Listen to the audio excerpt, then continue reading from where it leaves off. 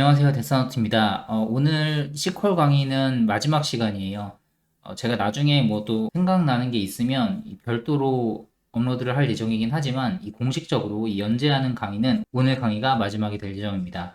오늘 다룰 내용은 제가 예전에 잠깐씩 언급한 적 있었던 이 위드절, 위드 클로즈에 대한 내용이고 다른 이름으로는 이 CT라고 커먼 테이블 익스프레션이라고도 합니다.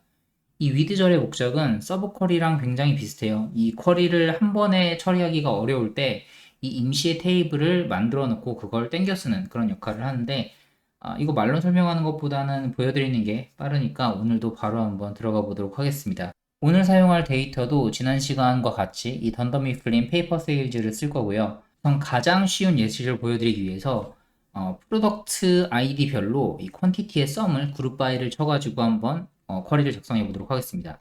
우선 프로덕트 아이디를 써주시고 sum 그 다음에 여기다 퀀티티를 써주면 되겠죠. 그 밑에다가 그룹 바이를 해서 실행을 해보면 이런 모양이 나올 거예요. 자, 복습 차원에서 서브 쿼리를 다시 한번 얘기해 보자면 우리가 이걸 서브 쿼리로 활용을 했을 때는 여기다가 from으로 이 부분을 묶어주고 그 다음에 여기 별도의 이름을 정해줬었죠. 뭐 그때 s로 했었던 것 같은데 똑같이 s로 해보고 여기다가 select 뭐 s 별로 하면 이 부분이 서브 쿼리가 되어서 이 똑같은 결과물을 볼 수 있습니다.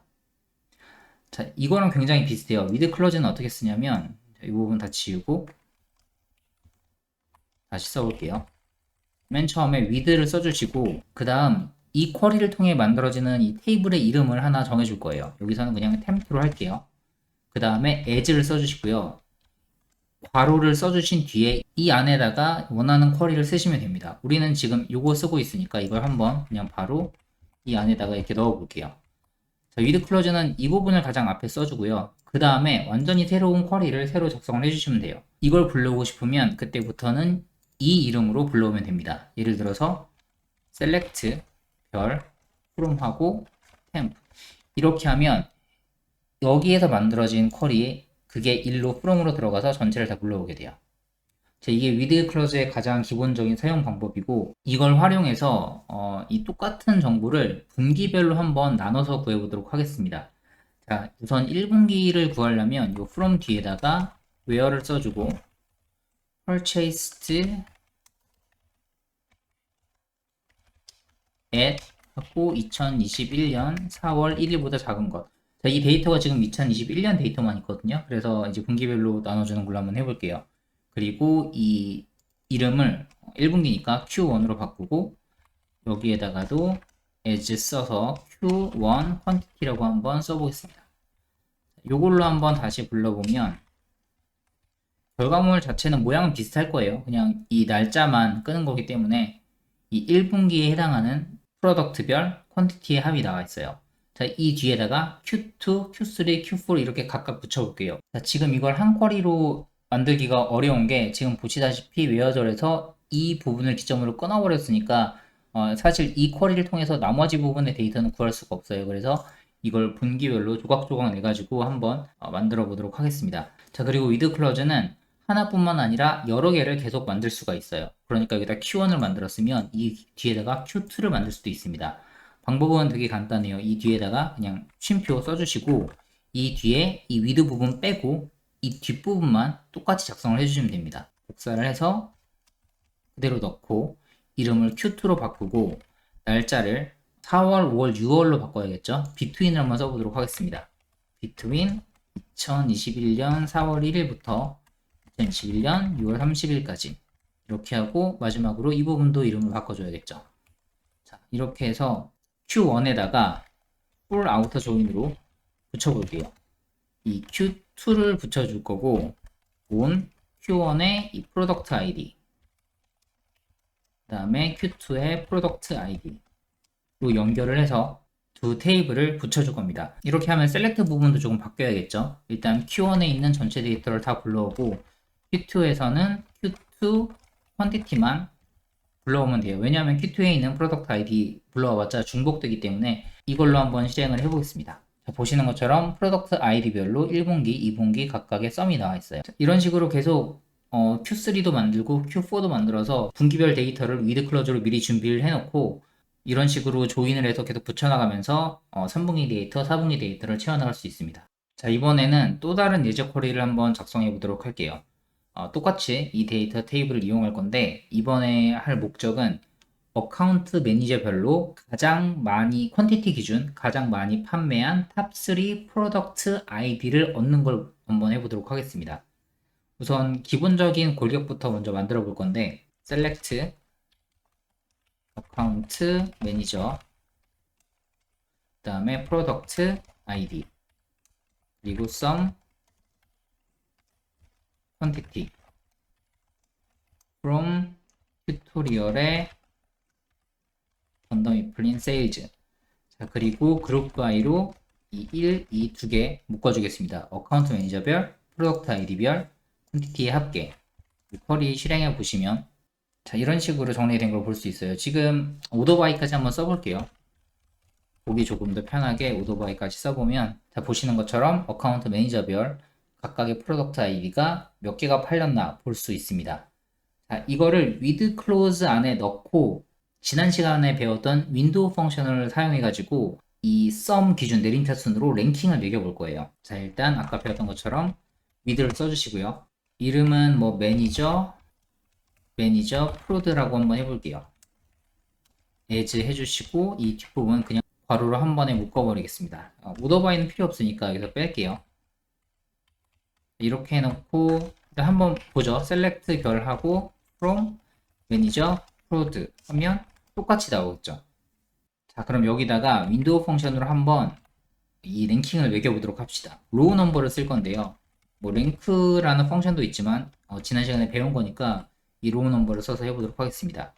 오버 써주시고 파티션 by 어카운트 매니저 그리고 오더 by 이 썸 순으로 할 거니까 썸을 써줄 건데 그냥 썸만 써주면 이게 오름차 순으로 정리가 돼서 가장 적게 팔린 게 1번으로 들어가요. 그래서 이 DESC를 써가지고 내림차 순으로 바꿔줄 거예요. 그리고 이거를 as top rank라고 해보겠습니다. 자 이렇게 실행을 하면 이 ND 같은 경우는 가장 많이 팔린 이 프로덕트 아이디가 1번 900건이죠. 그 다음은 690건으로 얘가 2번 이런 식으로 뽑을 수 있어요. 자, 여기서 이 3개씩 1, 2, 3, 1, 2, 3, 1, 2, 3을 뽑으면 되는데 간단하게는 우리가 이걸 여기다가 웨어저를 써가지고 뭐 이 부분을 복사를 해서 이게 3보다 뭐 작거나 같은 것을 뽑으면 되지 않을까 생각을 해서 해볼 수 있는데 자 보시는 것처럼 이 웨어절 안에서는 이 윈도우 펑션이 허락되지 않습니다. 그래서 이걸 돌리기 위해서는 뭐 서브 쿼리를 쓰거나 우리가 쓰고 있는 지금 위드절을 한 번 더 써야 돼요. 여기서는 위드절을 배우는 만큼 위드절을 한 번 더 쓸 건데 자 보시면 이미 우리가 이 매니저 프로드라는 아이를 이 위드절에서 데려온 거잖아요. 그럼에도 불구하고 이 위드절 안에 또 다른 위드절을 끌어와서 쓸 수가 있어요. 자 일단 두 번째 위드절을 만들기 위해서 아까처럼 쉼표 쓰고 이름을 또 지어줘야겠죠. 이번에는 오더 매니저 프로드라는 이름으로 할게요. 그리고 이 아랫부분들을 다 괄호로 묶겠습니다. 마지막에 이 웨어절은 빠져야 되죠. 이거는 안 돌아가는 거니까 이걸 빼버리고 자, 구조를 보면 우리가 매니저 프로드라는 이름으로 이 부분을 위드절로 만들었어요. 그리고 두 번째 위드절을 이 오더 매니저 프로드라는 이름으로 만드는데 이 안에 첫 번째 위드절에 이 매니저 프로드가 들어가 있습니다. 즉 위드절 안에 위드절이 들어가는 케이스예요. 이거를 셀렉트 별로 간단하게 일단 한번 자 오더 매니저 프로드를 불러오면 자 아까 보신 거랑 똑같은 결과물을 볼 수 있죠. 여기다가 한번 웨어를 써볼게요. 탑 랭크가 3보다 작거나 같다를 써보면 각 어카운트 매니저별로 가장 많이 팔린 이 3건의 프로덕트 아이디를 쉽게 확인하실 수 있습니다. 보시는 것처럼 이 위드절은 이 서브 쿼리랑 굉장히 비슷한 역할을 해주는데 일단 위드절이 가지는 장점을 먼저 얘기한다고 하면 여기 쓰여있는 이 쿼리가 하나의 간단한 이름으로 저장이 되어 있기 때문에 여러분이 이 본 쿼리에서 오더 매니저 프로드 혹은 매니저 프로드라는 이름으로 언제든지 어디에나 여러 번 불러올 수 있다는 거예요. 물론 서브 쿼리도 어디에나 여러 번 써줄 수 있지만 똑같은 것들을 여러 번 써야 될 때는 이 서브 쿼리는 이게 통째로 다 들어가야 되기 때문에 좀 길어질 수밖에 없거든요. 그래서 이게 반복적으로 계속 불러와서 써야 된다 하는 상황에서는 이 위드절이 훨씬 더 깔끔하게 적용될 수 있습니다. 그리고 또 다른 장점은 보시는 것처럼 서브쿼리에 비해서 조금 가독성은 나은 편이에요. 이 위드절이 맨 앞으로 빠져서 이 각각의 이름들이 어떤 구조의 테이블인지 확인을 할 수 있고, 이 뒷부분에 이 본 쿼리가 등장을 하기 때문에 이 쿼리를 읽는 입장에서 조금 더 쉽게 이해할 수 있다는 장점이 있고요. 서브 쿼리는 그럼 어떤 점이 좀 좋냐? 지금 제가 여기서 이 위드 클러즈 안에 위드 클러즈를 넣는 걸 보여드렸는데, 서브 쿼리도 마찬가지로 서브 쿼리 안에 서브 쿼리를 계속 넣어서 쓸 수 있거든요. 근데 이게 뭐 한두 단계로 끝나는 게 아니라 하다 보면은 뭐 세네 번 연속으로 계속 들어가야 되는 경우도 있어요. 이건 뭐 개인의 선호에 따라 조금 다를 수 있긴 한데, 그런 케이스에선 저 같은 경우는 이 위드 클로즈를 쓰는 것보다는 서브 쿼리를 쓰는 걸 좀 더 선호합니다. 서브 쿼리를 쓰면 이게 좀 더, 제가 방금 위드 클로즈를 쓰는 게 조금 더 가독성이 좋다고 했는데, 이렇게 서브 쿼리 안에 서브 쿼리를 쓰는 그런 상황이 오면 그럴 때만큼은 아무래도 좀 더 서브 쿼리가 직관적으로 이해하기 좋은 것 같아요. 그리고 원래 이 위드절의 단점이라고 하면 이 모든 데이터베이스에서 이 위드절을 지원하지는 않는 게 되게 큰 단점이었거든요. 예를 들어서 예전 같은 경우는 마이스퀄에서는 이 위드절을 아예 지원을 하지 않았어요. 그런데 지금은 제가 알기로는 마이스퀄에서도 사용이 가능한 것으로 알고 있거든요. 그래서 이 위드절의 되게 큰 단점이었던 것이 좀 사라졌다라고 생각하고, 서브 쿼리가 이 위드절보다 하나 나은 점은 이 사용하는 위치에 따라서 조금 더 효율적으로 쓸 수 있다는 점입니다.